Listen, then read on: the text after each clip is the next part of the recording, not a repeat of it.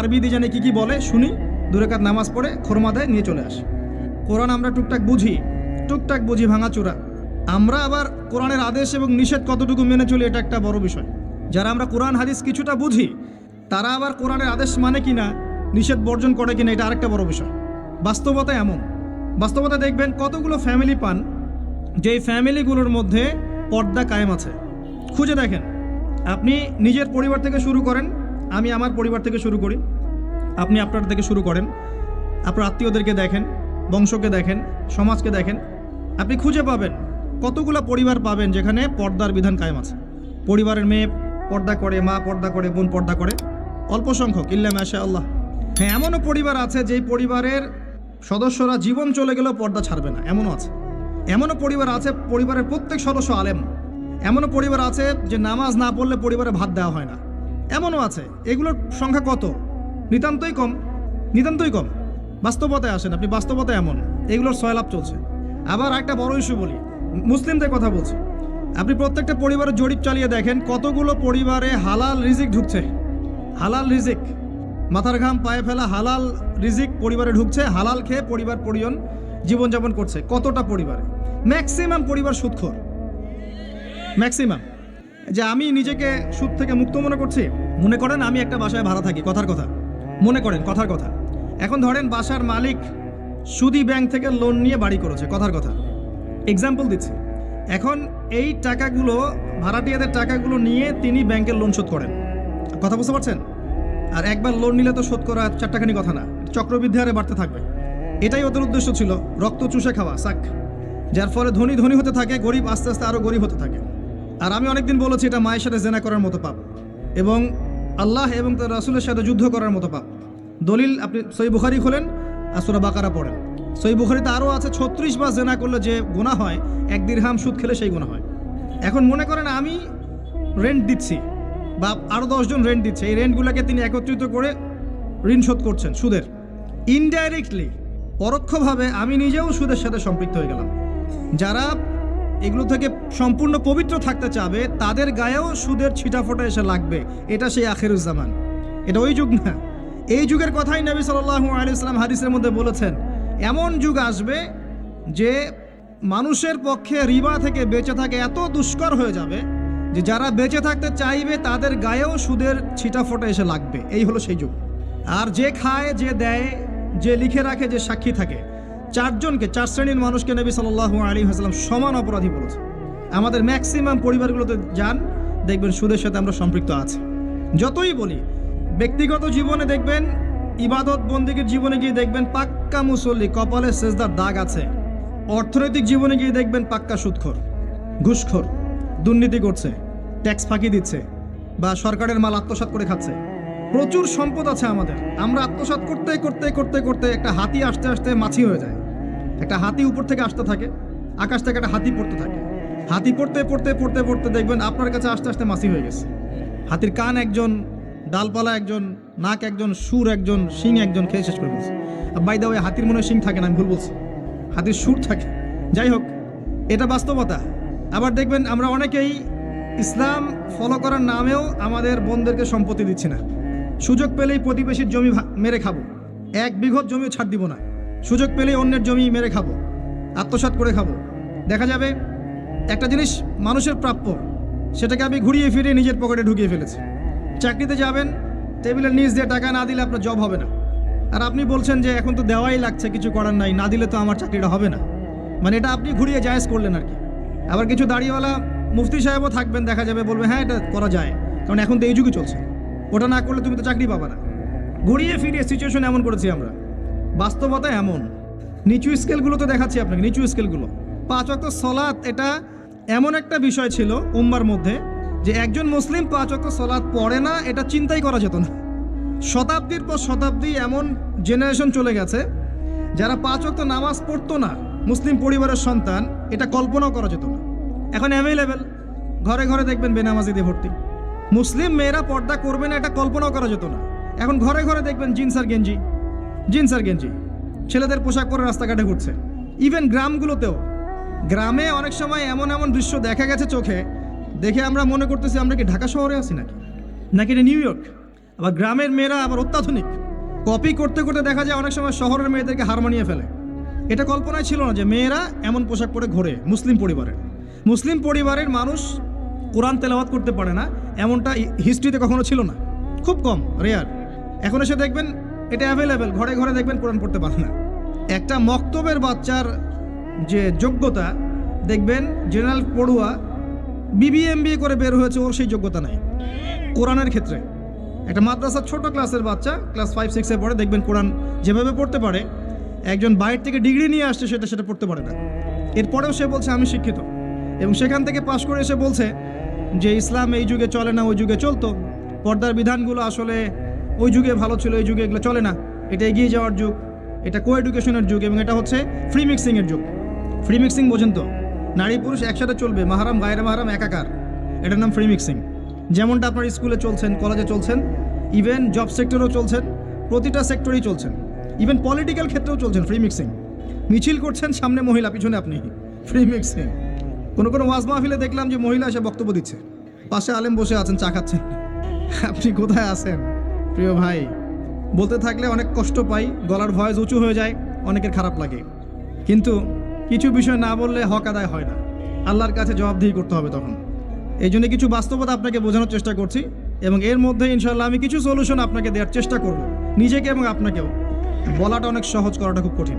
আল্লাহ পাক এটাই বলেছেন সূরা সফের মধ্যে, লিমা তাকুলুনা মা লা তাফআলুন, তোমরা এমন কথা কেন বলো যা তোমরা নিজেরা করো না। কাবুরা মাকতান ইনদাল্লাহি আন তাকুলু মা লা তাফআলুন, আল্লাহর কাছে অত্যন্ত নিকৃষ্ট এই কাজটা যে তোমরা নিজেরা করো না কিন্তু মানুষকে বলবে। আমি মেরাজের সময় একটা হাদিস মনে করাই আপনাদেরকে। তো এখানে নবী সাল্লাল্লাহু আলাইহি ওয়াসাল্লাম কিছু শাস্তি দেখে এসেছিলেন। তার মধ্যে একটা শাস্তি ছিল এমন যে এক শ্রেণীর মানুষের জিহ্বাকে আগুনের কেচি দিয়ে কেটে দেওয়া হচ্ছে। নবী সাল্লাল্লাহু আলাইহি ওয়াসাল্লাম জিজ্ঞাসা করলেন এরা কারা? তাকে বলা হলো এরা আপনার উম্মতের সেই সব ব্যক্তি যারা ছিল উম্মতের বক্তা এবং দায়ী এবং আলেম, এই টাইপের মানুষ আর কি, যারা মানুষকে অনেক সুন্দর সুন্দর কথা বলতো, নিজেরা আমল করতো না। আল্লাহ পাক আমাদেরকে হেফাজত করুন। আমি অনেস্টলি বলছি, আমি যা জানি, যতটুকু আল্লাহ পাক আমাকে জ্ঞান দিয়েছেন, এর 30% আমি আপনাদেরকে বলতে পারি না যা আমি জানি, আর আমি খুব কমই জানি। আপনি যত পড়াশোনা করবেন, যত বড় বড় আলেম ওলামার কাছে গিয়ে পড়ে থাকবেন, আপনি তত ফিল করবেন যে আপনি কিছুই জানেন না। আর আপনি যত চটি বই পড়ে মৌলানা হয়ে যাবেন, 2-4টা অনুবাদ পড়ে হাদিসের বলবেন আমি মুফতি হয়ে গেছি, তখন আপনার কাছে মনে হবে আমি অনেক জানি, আমার চেয়ে বড় জ্ঞানের কে আছে, আমি হকের ডিলার, আমি জান্নাতের ডিলার, আসো লিজ লাগলে নিয়ে যাও, ভাবখানা এরকম। তো আমি 30-40%ও বলতে পারি না, আর যতটুকু পারি তার মনে হয় 50-60% আমল করতে পারি না।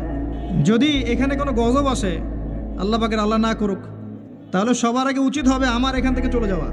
হয়তো আমার কারণেই গজবটা এসেছে। আল্লাহ রাব্বুল আলামিন বলেছেন, ইয়া আইয়ুহাল্লাযীনা আমানু, হে মুমিনগণ, আলাইকুম আনফুসাকুম, তোমরা নিজেদের নফসের খবর নাও, নিজেদের নফসকে ঠিক করো, নিজে ভালো হও। যেভাবেই আপনি ব্যাখ্যা করেন অর্থটা এমন, নিজে আগে ভালো হও, নিজের নফসকে ঠিক করো, নিজের নফসের খবর নাও। লা ইয়াদুররুকুম মান দাল্লা ইন ইহতাদাইতুম, তোমরা যদি হেদায়েতের উপর থাকো তাহলে অন্যরা যদি পথভ্রষ্ট হয়ে যায় তোমার কোনো ক্ষতি হবে না তোমাদের ইনশাআল্লাহ। ইলাল্লাহি মারজিউকুম জামিআন, তোমরা সবাই আল্লাহর কাছে ফিরে যাবে একদিন। ফায়ুনাব্বিউকুম, অতঃপর তিনি তোমাদেরকে জানিয়ে দিবেন, বিমা কুনতুম তা'মালুন, যে আমল তোমরা করতে।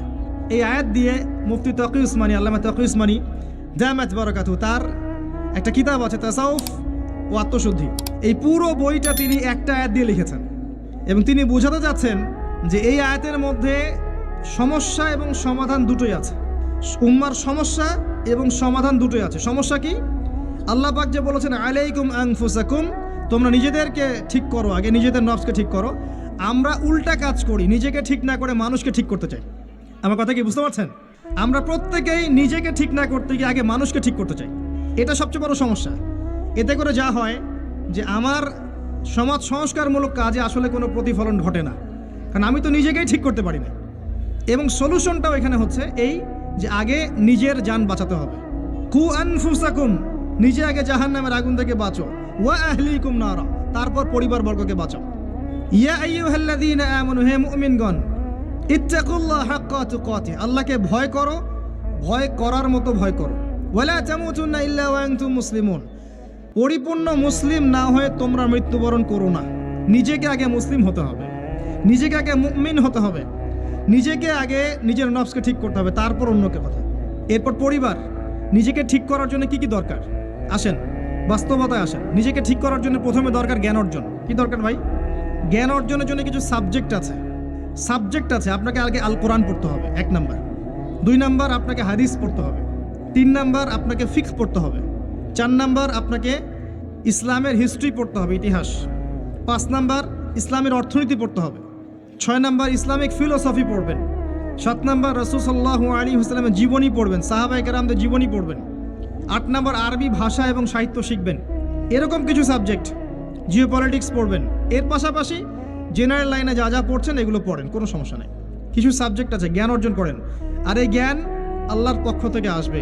বই পড়লেই যে সবাই জ্ঞানী হয়ে যাবে এমনটা নয়, এটা ভুল ধারণা। যে বই পড়লেই, একটা বই শেষ করলাম আরেকটা ধরলাম, আরেকটা শেষ করলাম আরেকটা ধরলাম, এতে আমি জ্ঞানী হয়ে যাব, এটা একটা ভুল কনসেপ্ট। সবসময় মনে রাখবেন ভাই, জ্ঞান আল্লাহর পক্ষ থেকে আসে। জ্ঞান আপনি হাজারো চেষ্টা করলেও ওই বিষয়ের বুঝ আপনার ভিতরে নাও আসতে পারে। আল্লাহ বলেছেন ওয়াকুলিল হাক্কু মির রব্বিকুম, হক সেটাই যেটা তোমার রবের পক্ষ থেকে নাজিল হয়। জ্ঞান সেটাই যা তোমার রবের পক্ষ থেকে নাজিল হয়। ফামান শাআ ফালইউমিন, যার ইচ্ছা হয় সে ঈমান নিয়ে আসুক। ওয়ামান শাআ ফালইয়াকফুর, যার ইচ্ছা হয় সে অস্বীকার করুক। ইন্না আ'তাদনা লিয-যালিমিনা নারান, আমি জালেমদের জন্য আগুন প্রস্তুত করে রেখেছি। জ্ঞান আল্লাহর পক্ষ থেকে আসে, তবে একটা সিস্টেম আছে। এই সাবজেক্টগুলো পড়তে হবে, পড়ে ওলামায়ে কেরামের কাছে গিয়ে বুঝতে হবে। একা একা বোঝা যাবে না।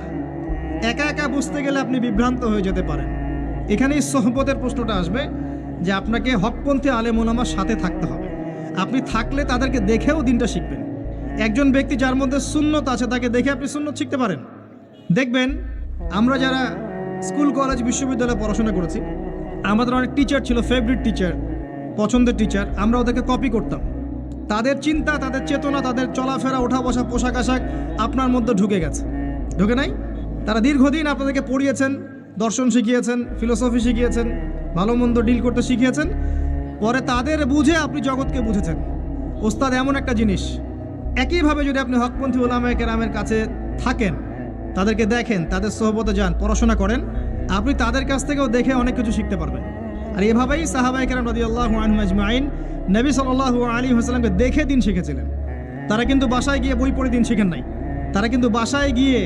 বই পড়ে দিন শেখেন নাই। এখন আমরা কতজন আলেম ওলামার কাছে যেতে চাই? যেতেই চাই না। বইপত্র অ্যাভেলেবেল, বাসায় পড়বো, জ্ঞানী হয়ে যাব, তাই না? আবার মাশাআল্লাহ দেখা যায় অল্প কিছুদিন পড়াশোনা করে এটা সহি, এটা জয়ীফ, এটা জাল, এটা মাউজু, এটা অমুক, এটা তমুক, এগুলো ফতোয়া শুরু করে দেয়। অথচ সহি জয়ীফের খবরই জানে না সে, কোনটা সহি হয় কোনটা জয়ীফ হয়। বাস্তবতা কঠিন। প্র্যাকটিক্যালি আপনাকে জ্ঞান অর্জন করতে হবে আগে। 2 নাম্বার হচ্ছে জ্ঞান অনুযায়ী আমল। আপনি আপনার জীবনের প্রতিটা কাজ রাসূলুল্লাহ সাল্লাল্লাহু আলাইহি ওয়াসাল্লামের সুন্নাহ মতো করার চেষ্টা করেন। পারবেন? পারা যাবে ইনশাআল্লাহ। প্রতিটা কাজ, রাত হয়েছে ঘুমাতে যাবেন, ঘুমান নবীর সুন্নাহ মতো, ওঠেন তার সুন্নাহ মতো, বাথরুমে যান তার সুন্নাহ মতো, বের হন তার সুন্নাহ মতো, খান তার সুন্নাহ মতো, পরিবারের সাথে সময় কাটান তার সুন্নাহ মতো, নামাজ পড়েন তার আদর্শে, যাকাত দেন, সওম রাখেন, মুআমালাত করেন, আপনি আমর বিল মারুফ নাহি আনিল মুনকারের কাজ করেন, দ্বীনের প্রতিষ্ঠার কাজ করেন, তার মতো করে আল্লাহর পথে দাওয়াত দেন। প্রতিটা কাজে তার সুন্নাহ ফলো করলে আপনার পুরো জীবনটাই ইবাদত হয়ে যাবে ইনশাআল্লাহ তাআলা।